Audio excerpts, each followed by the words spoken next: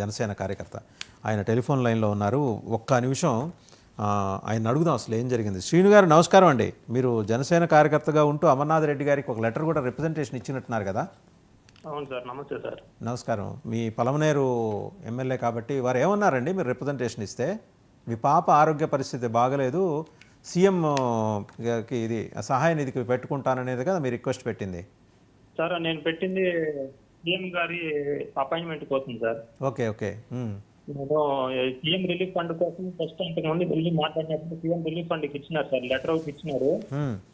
తర్వాత వచ్చి ఆ లెటర్ లో మనం వాళ్ళు ఏం చెప్పినారంటే అక్కడ ఉండే సిబ్బంది ఆ లెటర్ ఇచ్చినప్పుడు సిబ్బంది మాత్రమే ఉన్నారు సార్, ఎమ్మెల్యే గారు లేదు.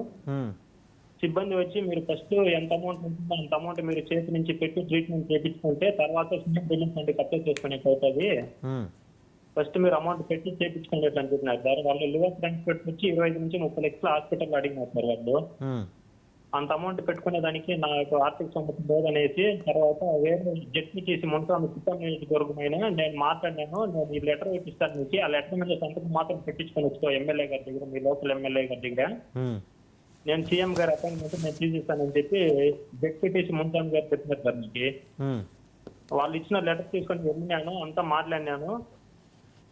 నువ్వు ఆ లెటర్ తీసుకొని ఇచ్చినావంటే వాళ్ళే సంతకం పెట్టిస్తారు అని చెప్పి చెప్పినారు సార్. ఎమ్మెల్యే గారి దగ్గరికి వెళ్ళి లెటర్ ఇచ్చినాను, అంతా చూసి సంతకం పెడతా ఉన్నాడు. సంతకం పెట్టి పక్కలో ఒక టీడీపీ మా మండలానికి, మా బౌన్సుల మండలానికి సంబంధించిన ఒక ఆయన టీడీపీ నాయకుడు ఏం చేశాడంటే పాండిచేరి హాస్పిటల్లో ప్రారంభించి బాగా చూస్తారు, ఈ ఎన్టీఆర్ ఆరోగ్య సేవను కోరపోయేదంతా మీదంతా వేస్ట్, మీరు అక్కడికి వెళ్ళండి అని చెప్పి తర్వాత నుంచి అప్పుడనే కానీ జడ్పీటీసీ గారు వచ్చి ఎమ్మెల్యే గారు ఫోన్ చేసినారు సార్, ఇట్లా మా పిల్లడు వచ్చినాడు చూసి పంపించండి అని చెప్పి అప్పుడే ఆ బయట ఇన్ఛార్జ్ ఉన్నారు ప్లస్ మాకు ఎమ్మెల్యే గారు ఉన్నారు, ఆయన ఫోన్ చేసినారు. ఈయన బయట పిల్లలు ఏం చేసినాడంటే నా ద్వారా మీరు రాకుండా మీరు వేరే వాళ్ళు రెఫరెన్స్ చేసి మీరు ఎట్లా నా దగ్గరికి అంటే అన్న దగ్గర ఎమ్మెల్యే గారి దగ్గరికి ఎట్లా వస్తారని చెప్పి అది పెండింగ్ పెట్టించినారు. సంతకం పెడతా ఉంటే సంతకము పెండింగ్ పెట్టించినారు. అది ఎవరు పెండింగ్ పెట్టించారు ఎమ్మెల్యే గారి చేత? అది పెండింగ్ లో పెట్టించింది ఎవరు? టీడీపీ నాయకులే సార్, వాళ్ళు టీడీపీ నాయకులే. మరి అది మీ ఇద్దరు కూటమిలోనే ఉన్నారు కదా సార్, మీరు కూటమి పార్టీయే కదా, బయట పార్టీ కూడా పోనీ వైఎస్ఆర్సీపీ కూడా కాదు కదా మీరు?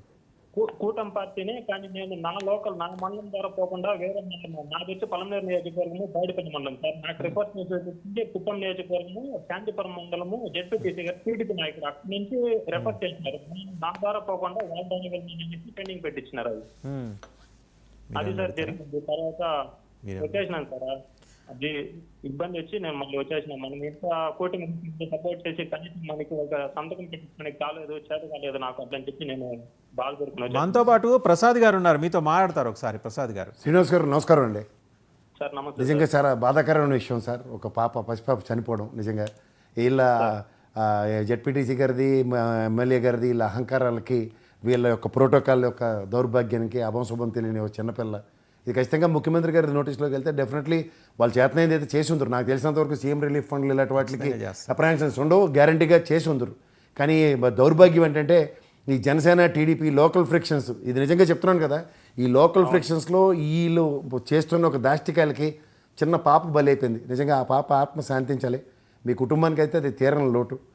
శ్రీను గారు, మరి మీ పార్టీ అధ్యక్షులు వారు పవన్ కళ్యాణ్ గారి నోటీసులోకి, డిప్యూటీ సీఎం నోటీసులోకి తీసుకెళ్లే ప్రయత్నం చేశారా మీరు?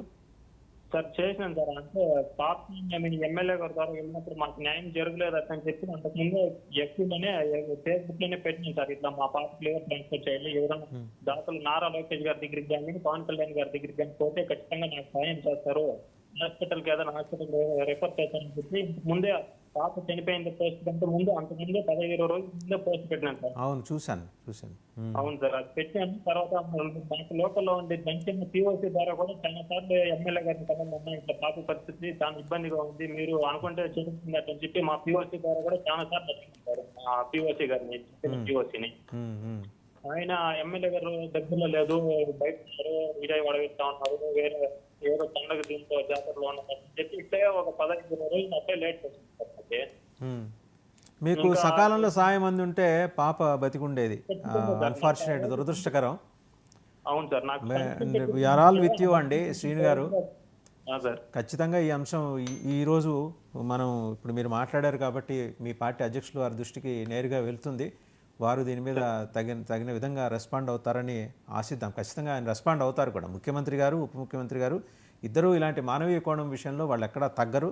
వాళ్ళ దాకా వెళ్ళకపోవటం వల్ల జరిగిన అన్యాయం ఇది. మీకు అంటే మీకు ఏర్పడిన లోటుని ఎవరు పోడ్చలేరు.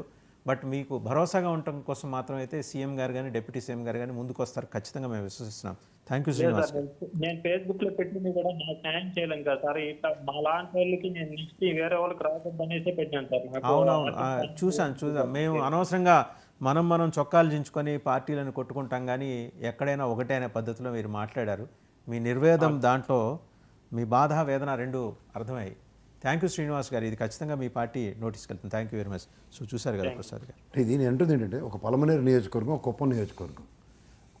కుప్పం నియోజకవర్గం నుంచి ఉన్న జెడ్పీటీసీ గారు సాయం చేయడానికి ముందుకు వచ్చారు. పలమనేరు నియోజకవర్గంలో వాళ్ళు పాబంధకాలు క్రియేట్ చేశారు తెలుగుదేశం వాళ్ళు. సో ఓవరాల్గా ఎండ్ ఆఫ్ ద డే అది జనసేన అండ్ తెలుగుదేశం అన్న కోణం పక్క తీస్తే మానవీయ కోణంలో అయితే అభవశుభం తెలియని పసిపాప అయితే చనిపోయింది. నా దృష్టిలో ఇవాళ ఒక డిప్యూటీ సీఎం గారు కానీ సీఎం గారు కానీ సీఎం రిలీఫ్ ఫండ్ నుంచి కుల మతాలకు అతీతంగాను పార్టీలకు అతీతంగా పనిచేసే వ్యక్తులు ఎవరైనా చేస్తారు. ఆ చేరుకున్న రెస్పెక్ట్ అది. సో ఇది నిజంగా అంత చిన్నపిల్ల మీద పొలిటికల్ వెంజెంటర్స్ తీర్చుకోవడానికి ఒక వేదిక అదైతే కాదని నేను ఖచ్చితంగా చెప్పగలను. కానీ వీళ్ళు చేసిన ఈ దౌర్భాగ్యకరమైన పని మాత్రం ఇక మీదటైనా రిపీట్ చేయొద్దు. ఎందుకంటే అతను ట్వీట్ రూపంలో కూడా ఎక్కడ ఆ విధంగా అభియోగాలు మోపుతో నేను జనసేన వాడిని కాబట్టి తెలుగుదేశం వాళ్ళు అన్యాయం చేశారని మాట్లాడలేదు. కానీ ఆయనకున్న ఆ సంస్కారానికైనా అట్లీస్ట్ హెన్స్ ఫోర్త్ ఇలాంటివి పునరావృతం కాకుండా చూసుకోండి సార్. భారతదేశంలో ఎనీవేర్ అన్న దగ్గర నియోజకవర్గాలకు రిస్ట్రిక్షన్స్ ఏంటంటే నాకు అర్థం కాదు.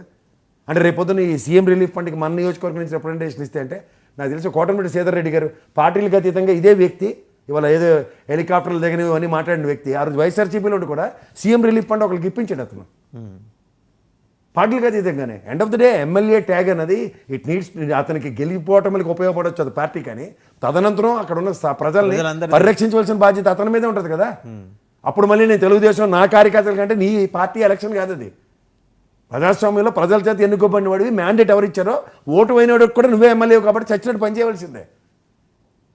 అక్కడ డిఫరెంట్ సినారియోస్ డిఫరెంట్ నోట్స్ తీసుకుని దాని ప్రకారం నాకు ప్రాపర్ ఛానల్ మా వాళ్ళ త్రూగా రాలేదు, ఇవన్నీ చాలా దౌర్భాగ్యకరమైన విషయాలు. ఇవి మాత్రం ఖండించవలసిన విషయాలు. ఇవి ఇలాంటివి పునరావృతం అయితే స్థానిక ఎమ్మెల్యేలకి గౌరవ ముఖ్యమంత్రి గారు అలాగే డిప్యూటీ సీఎం గారు అయిన పవన్ కళ్యాణ్ గారు వాళ్ళ ఎమ్మెల్యేలకి ఖచ్చితంగా హెచ్చరికలు జారీ చేయండి.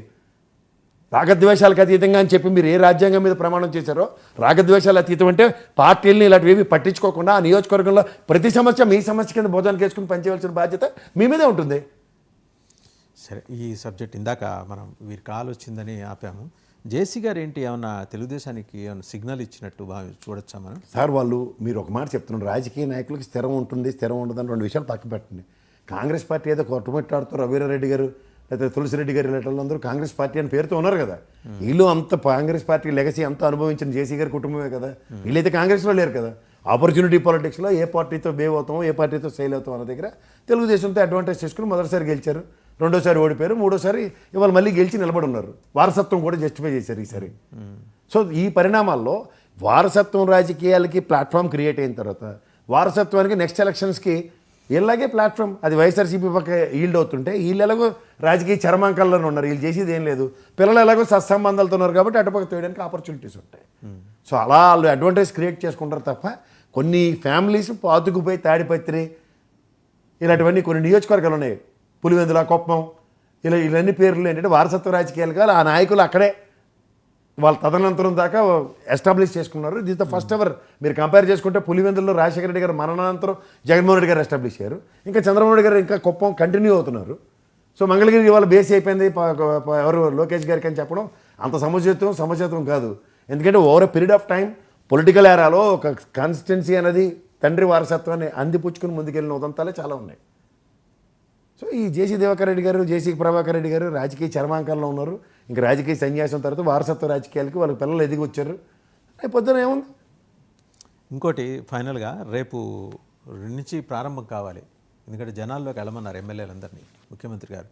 నిన్న 17 మంది ఎమ్మెల్యేలు, 3 ఎంపీలు వాళ్ళ పేర్లతో సహా వచ్చినాయి. నందమూరి బాలయ్య బాబు గారు అలాగే వారి అల్లుడు భరత్ గారు కూడా గైర్హాజరయ్యారు. సరే, దే హావ్ దేర్ ఓన్. ఏం చేస్తారని ధైర్యం, భరోసా సొట్టపల్లం కదా అందరూ వస్తారు. ముఖ్యమంత్రి గారు అయినా సరే పర్లేదు సంగతి తాట తీస్తాం, ఇలా తానాలే మీకు ప్రయారిటీ అయితే కుదరదు, జనంలోకి వెళ్ళాలన్నారు. రేపటి నుంచి అందరూ వెనక్కి వచ్చే అవకాశం ఉందా? అంత సీన్ లేదు. మీకు ఒక మాట చెప్తున్నాను, ముఖ్యమంత్రులందరూ మీ వల్లనే మాకు రిప్రికేషన్స్ వస్తున్నాయంటే ఎండ్ ఆఫ్ ది డే మీ పార్టీ ఓడిపోతుంది. అది గమనించుకోండి ఎవరైనా సరే. ఫుల్ నెగిటివ్ ఇక్కడ ఇలా ఓసరవల్లిలో రంగులు మార్చే జర్నలిస్ట్ ముసుగులో ఉన్న వాళ్ళు ఆల్రెడీ కదంబ కార్యక్రమాలన్నీ గజకరణ గోకర విద్యలన్నీ డిఫరెంట్గా ప్రదర్శిస్తున్నారు. ఇది అత్యంత మీరు గమనించండి. ఎత్తితే తాడి చెట్టు ఎక్కిస్తున్నారు, లేదంటే దెబ్బేలను బురదలో ఎత్తేస్తున్నారు. సో ఇవన్నీ గమనిస్తే ఇది ముఖ్యంగా చంద్రబాబు నాయుడు గారిని నేను ఖచ్చితంగా చెప్పగలను, 2024 ఎలక్షన్ దగ్గర నుంచి ఈ రోజు దాకా ఆఫ్టర్ సక్సెస్ఫుల్ 1 year పరిణామాల్లో ఒంటరివాడిని చేసే ఈ రాజకీయ ప్రస్థానం ముందుకెళ్తుంది. రైట్, ఆయన ఒంటరివాడే. థ్యాంక్ యూ ప్రసాద్ గారు, thank you very much. So 2-3 అంశాల మీద ప్రసాద్ గారు సమగ్ర విశ్లేషణ అందించారు. ఒకటి